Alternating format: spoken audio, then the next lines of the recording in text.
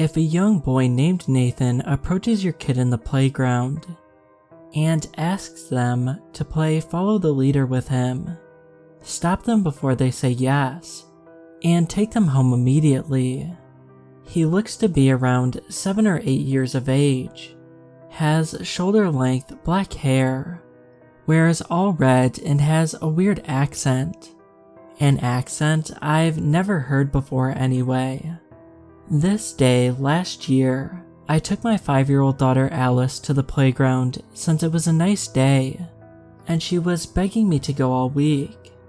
She loved playing on the swings and slides. While she was playing on the swings, Nathan approached Alice and asked her to play with him. Alice was never shy and always played with the other kids at the playground, so she agreed to play with him. "What do you want to play?" she asked. Follow the leader maybe." "Okay, I'm Alice by the way." "Nice to meet you, I'm Nathan." "That's a nice name." "Thank you. Have you ever played follow the leader before?" "No." "Well, all you have to do is follow wherever I go." "Okay." The game started out fairly innocently. The two walked in a single file line around the park, Nathan in front, Alice following behind. Then, Nathan started leading Alice towards the road. This is when my parenting instincts kicked in. "Alice, don't go any further." She kept following him. "Alice, stop." She wasn't showing any signs of stopping, so I ran as fast as I could to stop her. But as I grabbed the sleeve of her top to stop her, I was pulled along with her. As I mentioned before, Alice was only 5, and there was no possible way she would have been strong enough to pull me along with her. I then tried standing in front of Nathan and told him to stop, but he pushed me to the side and continued walking towards the road. I tried wrapping my arms around Alice to stop her, but I was still being pulled along. I even tried pushing her away, but she didn't budge. I tried telling her to stop.